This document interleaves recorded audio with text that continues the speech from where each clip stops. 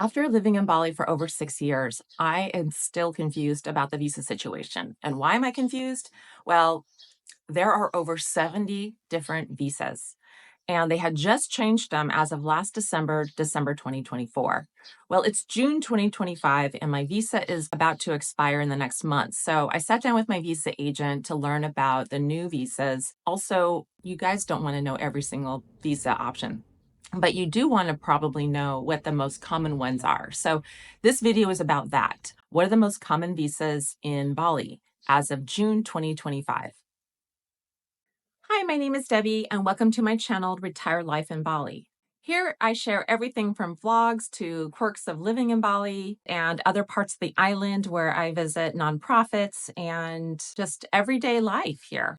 Oh, and also my life living next door to my mom, my 81-year-old mom, who is going to be coming back to Bali next week, I think, Thursday. So maybe in the next video, we'll be us together again. So stay tuned for that. And I also just want to take a moment to thank you so much for everyone's contribution, likes, shares, even comments. I read every single comment and just really appreciate everything that you are doing for us. And in return, I want to make sure you guys get all the information you need. One of the main questions we get is about our visa situation. There's so much detail, I thought I'd do a video just on visas. I want to just put in this disclaimer. I am not a legal expert and I'm not a visa agent. And so I'm just sharing some information of what I know from my visit with my visa agent. Okay, even when I'm trying to film this, I'm watching the videos back and it still sounds confusing. So what I'm going to do is I'm going to do a voiceover with some slides and break down the visas that are most common so it's a little more clear. The visa on arrival lets you stay in Indonesia for 30 days. The day of your arrival is considered day 1. You can extend it for another 30 days and you will need to submit your extension before the first 30 days expire. Don't rush this, it will take some time for approvals.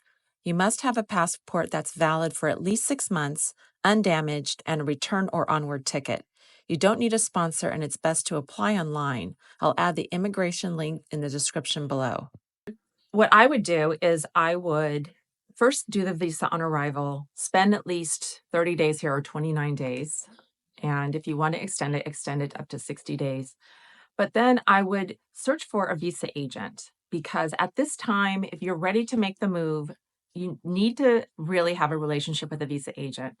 Is these rules keep changing. You want someone on your side, which is going to be your sponsor for the future. So I am not allowed to market my visa agent, but he did say, if you want more information, send me a message and I'll give you a couple of options. So I'm not just favoring one person. And again, I'm not getting any money from any of these agents. So I just want to put that in there. The C1 visa is a single entry visit visa for tourism, family, and social purposes in Indonesia. It allows an initial stay of 60 days and can be extended up to 4 times at 30 days each time. So you don't need to leave the country for the extensions, but just apply before your stay expires. This is one of those visas where you need a sponsor. So when it says sponsor, these are the visa agents that can be your sponsor on your behalf. They are going to double check to make sure that you are meeting all the requirements. And each visa has their own requirements of what you need to produce. Sometimes you need to produce a bank statement. Sometimes you need to produce, well, you always need to produce your passport. But sometimes you need a proof of how much you're making per month, and that's for the retirement visa, which I'm going to get into in a minute. But just keep in mind that that's why when you're coming here for the first time in your visa arrival, you get a relationship with a visa agent. I cannot stress that enough. D1 visa is a multiple entry visa for business or social visits to Indonesia, valid for 1 year and ideal for people who visit 2 to 3 times a year. You can use the same D1 visa for multiple trips. Just make sure you don't stay for more than 60 days per visit and no extensions are needed. The D1 visa also comes in a 2-year and a 5-year option, so make sure you talk to your visa agent about that. I'm on the D12 visa, and the D12 visa is allowing me to be here for a year, but I have to leave the country every 180 days. And what I normally do is I go to Singapore and just tour around Singapore. And that's been fun. I'll go and I'll do my visa run. They call it a visa run. And then I'll come back and then I'll just put my passport in the machine and then it automatically renews. So I don't need to see an immigration officer. Anyway, I'm going to change it now to 2 years. It's actually not a lot, it's a little cheaper. So a couple $100 less, but I still need to leave the country every 180 days.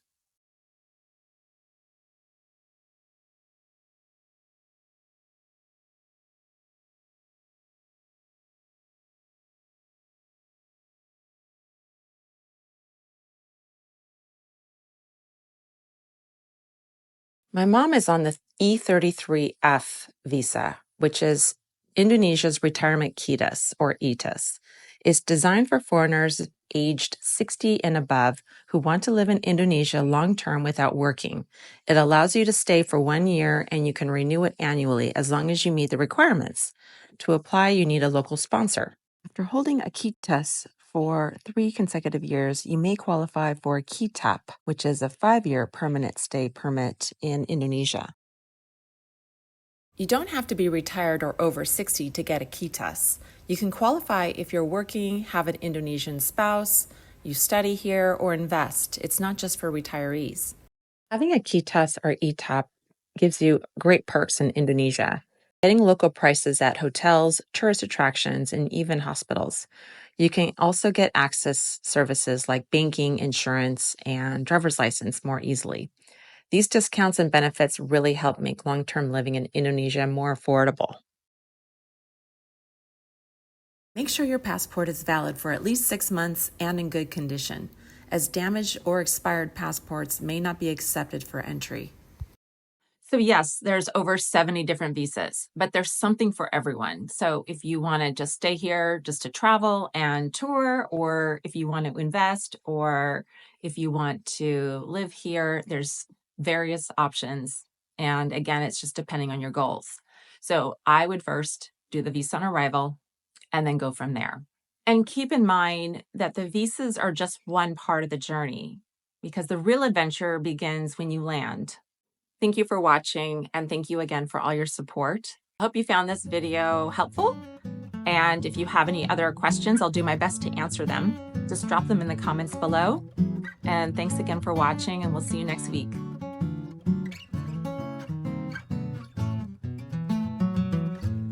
Okay, I don't know why they're confusing. There are several versions of the D12 visa. The one I'm on, there is another visa called the C1 visa, and then that one can be extended up to 180 days. Okay, so just to simplify the C1 visa. So just to break it down, the C1 social visa is allowing you to be here for up to 60 days. And then you can extend it every time, and then you can extend it up to 4 times for a 30-day period. So which gives you a total of 180 days. So 60 days plus 30 days 4 times gives you 180 days. Are you confused yet?